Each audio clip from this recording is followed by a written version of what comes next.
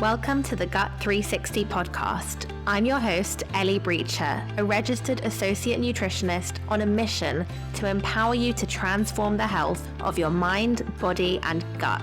This podcast is the place where we share nutrition tips, mindset tools, and actionable steps to help you thrive on your journey to a healthier gut and a happier you.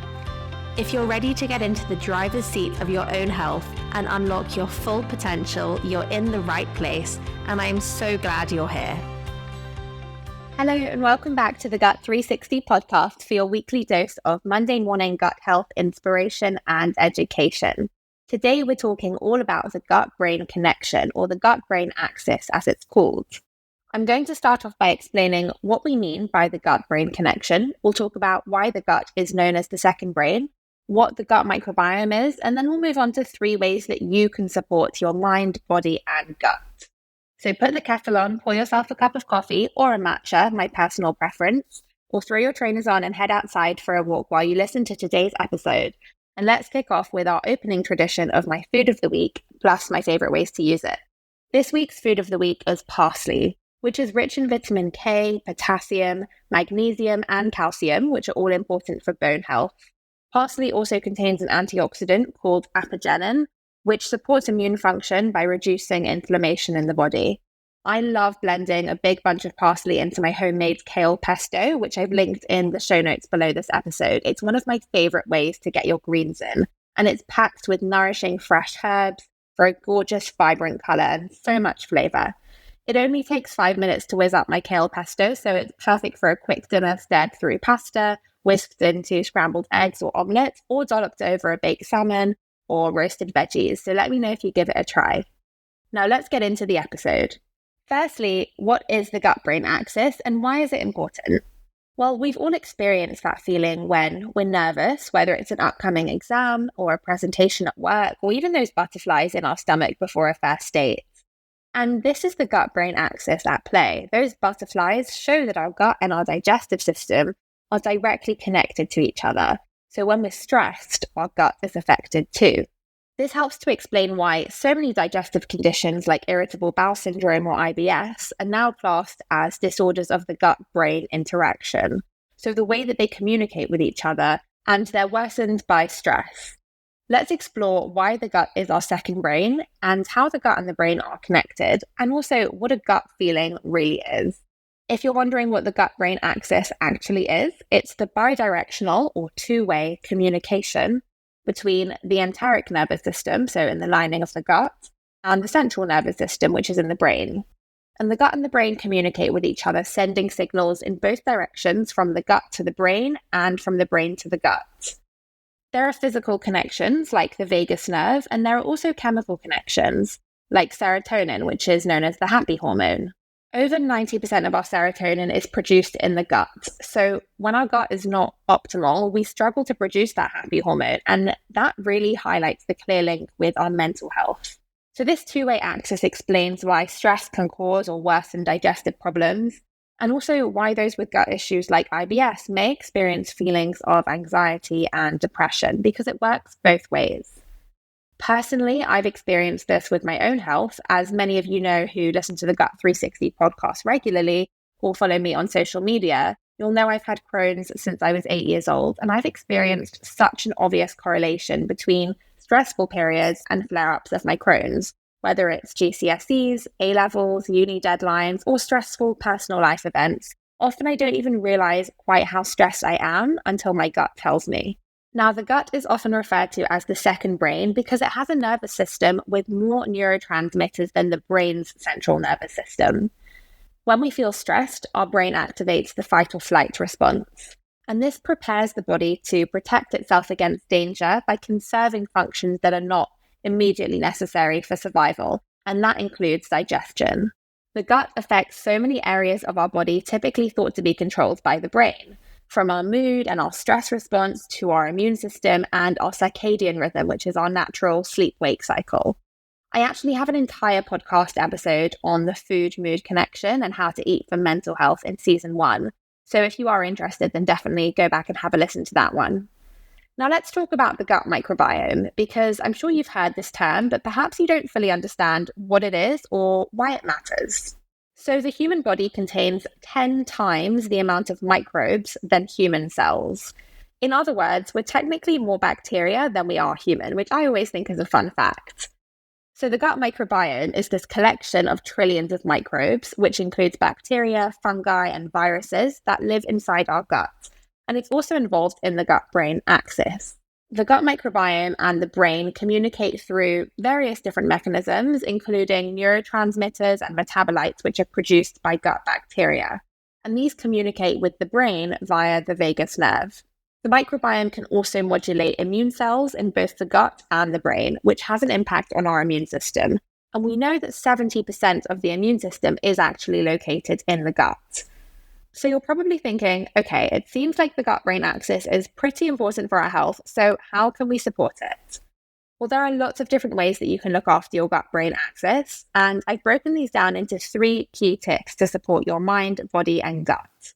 Before I share these 3 tips with you, I was looking at the stats for the Gut 360 podcast, and it's genuinely amazing to see how much you guys are loving it.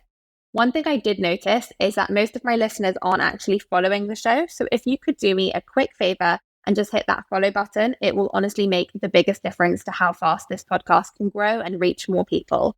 So I'd be super grateful if you can take 5 seconds, make sure you're following the show. And now let's dive into my top tips for the gut-brain axis. Here on the Gut 360 podcast, we always take a 360-degree approach to gut health because, as I'm sure you know by now, nutrition is only one piece of the puzzle, and it's about so much more than just the food that we eat. So let's talk about how to support the gut-brain axis using some of my favorite lifestyle tools. The first one is deep diaphragmatic breathing for your gut. Now, diaphragmatic breathing is a simple technique that can help to reduce our stress levels and bring the body out of fight or flight mode, which we call the sympathetic nervous system, and into rest and digest, which is known as the parasympathetic nervous system, and that's where digestion is optimized. When we breathe in this way, our stomach expands with each inhale and contracts with each exhale. So by activating the diaphragm, this actually massages our stomach and our intestines, and so it can help minimize digestive symptoms like abdominal pain and bloating.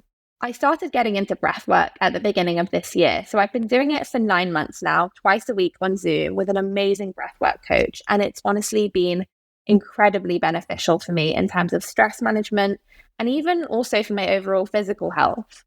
I won't share too much now because I've actually got a guest interview lined up soon with my breathwork coach and my good friend Sarah. So keep an eye out for that one on the podcast. Breathwork has honestly been a game changer for me, and I know it's going to be so helpful for so many of you too. The next tip is to practice mindfulness and meditation. Practicing mindfulness and meditation also activates the rest and digest response in the body. There was actually a study on Buddhist monks that found that meditation can help to regulate the gut microbiome and also reduce the risk of anxiety and depression. Now, we know that reduced stress levels goes hand in hand with optimal gut health, so these stress management techniques can be really helpful for supporting those with digestive issues. If you're new to meditation, you can get started with an app like Headspace or Calm. There are so many free videos on YouTube as well. So the 2 tips I've just shared above have been a top-down approach. In other words, tackling the mind in order to have a positive knock-on effect on the gut. But we can also look at taking a bottom-up approach, meaning nourishing our gut health so that we can then support the gut-brain axis from that angle as well. And my best tip to get started here is to eat a diverse range of plant-based foods. Ideally, I want you to be striving for at least 30 different plants a week. I know that sounds like a lot initially, but as well as fruits and vegetables, it also includes nuts and seeds, lentils, chickpeas, beans, herbs and spices, and even whole grains like brown rice, quinoa, and buckwheat. So it's actually very doable. This will also ensure that you're hitting your fibre target of at least 30 grams of fibre a day to help nourish your gut microbiome and also help to manage cholesterol levels too. Don't forget that improving your gut health takes time, dedication, and consistency. It's not an overnight quick fix, and everyone is different. Your gut didn't get unhealthy overnight, so it's not going to transform to optimal health overnight either. And if you're looking for a good place to start, go back a few episodes on this podcast and listen to the one titled How to Improve Your Gut Health from season 1. Before we wrap up and move on to the nutrition Q&A for the week, let's whiz through a quick summary of what we've learned on today's episode.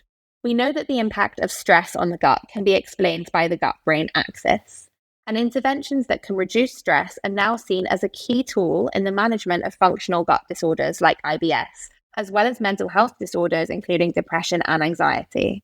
While it's inevitable that we all experience stress sometimes, we can use tools from both a top-down approach like mindfulness, meditation, and breathwork, and also a bottom-up approach like a diverse range of fibre-rich plant-based foods to help mitigate those negative effects that stress can have on our gut health. Now it's time for our closing tradition of the podcast, which is the nutrition Q&A, and I'm answering one of the questions submitted by you on my weekly Instagram question box. The question I'm answering today is, I struggle to drink enough water. Do you have any tips to increase my hydration? So adequate hydration is incredibly important for literally every system of our body. It's essential to support optimal digestion, and about 75% of the brain is made up of water. So we definitely want to stay properly hydrated and aim for about 2 liters of water every day.